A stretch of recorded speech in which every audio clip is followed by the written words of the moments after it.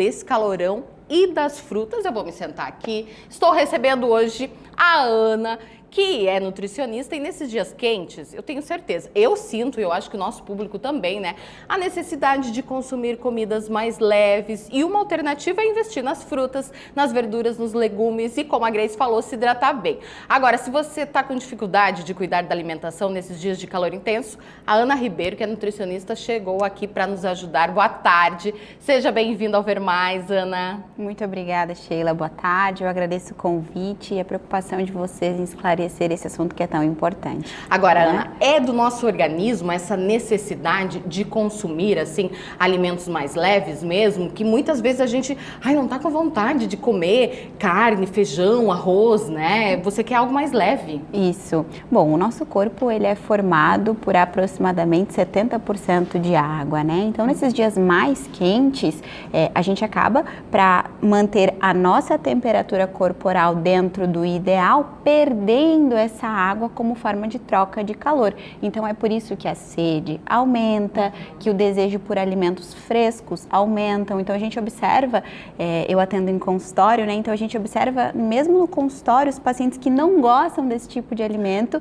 tendo vontade de comer nesses dias um pouco mais quente, o que é uma oportunidade incrível para estar inserindo, né? E para aprender a consumir, né? Exato. E é importante aumentar, então, o consumo de saladas, de legumes, de frutas, o que puder em todas as refeições. Isso, bom, a gente tem um cálculo básico que fala sobre a necessidade de água que o ser humano precisa tomar por quilo de peso, sendo 35 ml por quilo de peso por dia, certo? Quando a gente observa esse aumento nas ondas de calor, isso deve subir para 40 ml por quilo de peso por dia, né? Então o pessoal aí de casa pode fazer esse cálculo, pega o teu peso, multiplica aí por 40, né? Que é o ideal para hoje, para essa semana de onda de calor, e aí você vai ter a necessidade de água que você precisa tomar por dia.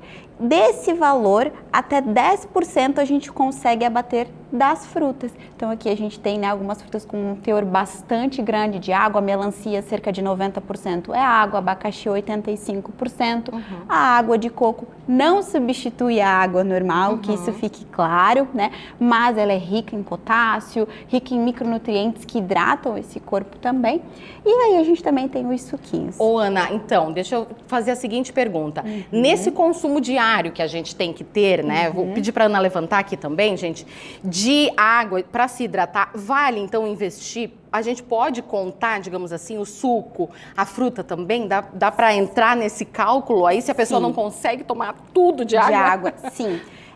O ideal seria, então, que a gente contabilizasse a quantidade de água que vai nesse suco, entende? Coloca no suco, gente. Isso, então, por exemplo, aqui a gente tem 200 ml mais o que tem no maracujá. Então, assim, o ideal é que a gente contabilize os 200 ml. Para que essa hidratação ela fique um pouco aumentada, entende? Não contabilizar, por exemplo, os 250 ml, digamos que seja 50 ml que venha do maracujá, é melhor que você contabilize só a água. Isso é o cenário ideal, né? Mas o que é possível é você contabilizar, por exemplo, 250 ml e tá tudo bem.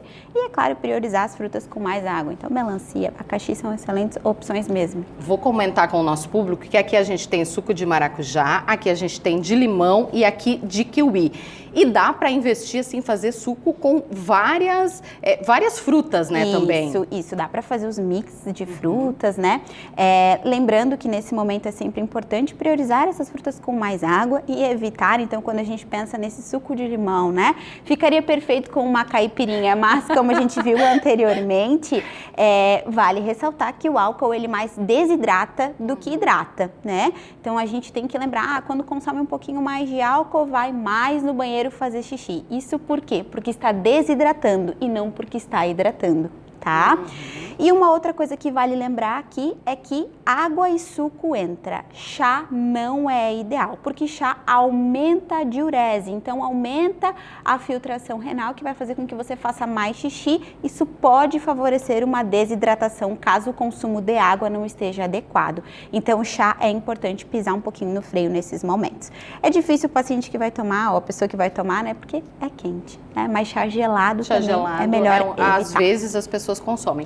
Você falou na água de coco, né, que não entra nesse cálculo, mas se a pessoa gosta de uma água de coco, por exemplo, vai à praia hoje à tarde, né, com esse calorão, vai aí tomar uma água de coco, o ideal é que seja a água de coco do coco mesmo, não aquela que vem na garrafinha ou na caixinha, Isso, né? exatamente. Não é que não entra no cálculo, né? É que a gente pode contabilizar até 10% da necessidade total. Certo. Então, eu tenho uma necessidade, digamos, de 2 litros de água, até 10% eu posso tomar de água de fruta, de suco, digamos assim. Sendo 200 ml ao dia, trocando em miúdos, digamos assim, né?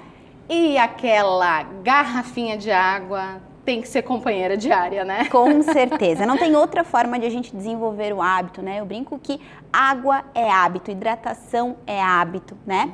E então não tem outra forma de você desenvolver esse hábito se não ser estar sempre com a garrafinha a tiracolo. Verdade, gente. Aqui no estúdio, né, nos bastidores, eu tenho a minha garrafa de água, encho ela ali, ó, e cada vez que eu vou pro intervalo, um golinho de água. Isso aí, molhar as palavras. Molhar as palavras, é bem isso.